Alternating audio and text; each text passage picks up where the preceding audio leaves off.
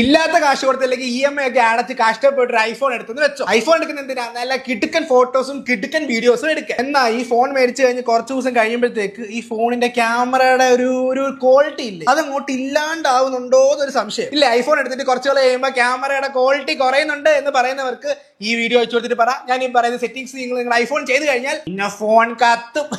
അതിനു മുമ്പ് ആപ്പിൾ സുഹൃത്തുക്കളെ വെറും 3 ഗെയിം കൂടെ ഉള്ളൂ 600K ജസ്റ്റ് ഒന്ന് ഇപ്പൊ തന്നെ ഫോളോ ചെയ്ത് നമുക്ക് ഇന്ന് അടിക്കാം. ക്യാമറയുടെ സെറ്റിംഗ്സിൽ ചെയ്യേണ്ട കുറച്ച് ചില്ലറ പണികൾ. ആദ്യം തന്നെ വീഡിയോ റെക്കോർഡ് ചെയ്യുന്ന ഫോർമാറ്റ് അങ്ങോട്ട് സെലക്ട് ചെയ്യുക. നമുക്ക് ഇഷ്ടംപോലെ ഫോർമാറ്റ് കാണും. മാക്സിമം 4K തന്നെ റെക്കോർഡ് ചെയ്യുക. 4K റെക്കോർഡ് ചെയ്യുമ്പോൾ ബാറ്ററി മറന്നേക്ക്, എന്നാലും ക്വാളിറ്റി മാറ്റേഴ്സ്. താഴോട്ട് വരുമ്പോൾ HDR വീഡിയോസ് എനേബിൾ ആക്കുക. ഓട്ടോ FPS എന്ന് പറഞ്ഞ സാധനം കണ്ടോ, അത് വേണ്ട, അതങ്ങ് ഓഫ് ചെയ്ത്. സ്ലോമോ വീഡിയോ ക്വാളിറ്റി കിട്ടാൻ വേണ്ടി അതിന് ഏറ്റവും കൂടിയ സാധനം സെലക്ട് ആക്കുക. ഇതിപ്പോ 39 to 240 FPS കിട്ടും. ഹൈ എഫിഷ്യൻസി ടിക്ക് ആണെന്ന് ഉറപ്പ് വരുത്തുക. ഐഫോണിലെ ചില സമയത്ത് വീഡിയോ എടുക്കുമ്പോൾ ഫ്ലിക്കറിംഗ് ഇഷ്യൂ, ലൈറ്റ് ഇങ്ങനെ മിന്നി കളിക്കുന്ന ഇഷ്യൂ അത് വരുന്നുണ്ടെങ്കിൽ അത് മാറാൻ വേണ്ടി PAL ഫോർമാറ്റ് എന്ന് പറഞ്ഞ് കിടക്കുന്നുണ്ടോ, അതുകൊണ്ട് ഇനേബിൾ ചെയ്യുക. അതുകൊണ്ട് ഇനേബിൾ ചെയ്യുമ്പോൾ ഇവിടെ വേറെ കുറച്ച് ഓപ്ഷൻസ് വരും, അതിലും 4K ഇട്ട് കൊടുത്താൽ മതി. ആ PAL എന്ന് പറഞ്ഞ ഓപ്ഷൻ ഇട്ട് കഴിഞ്ഞാൽ നിങ്ങൾക്ക് ഒരു പരിധി വരെ ഫ്ലിക്കറിംഗ് കുറഞ്ഞിട്ടുള്ള വിഷ്വൽസ് എടുക്കാം. എന്താ ചെയ്യേണ്ടതെന്ന് അറിയാലോ. ആപ്പിൾ ബോയ്സ് ആൻഡ് ഗേൾസിന് ഈ വീഡിയോ അയച്ചു കൊടുത്തിട്ട് പേജ് ഒന്ന് ഫോളോ ചെയ്യാൻ പറ.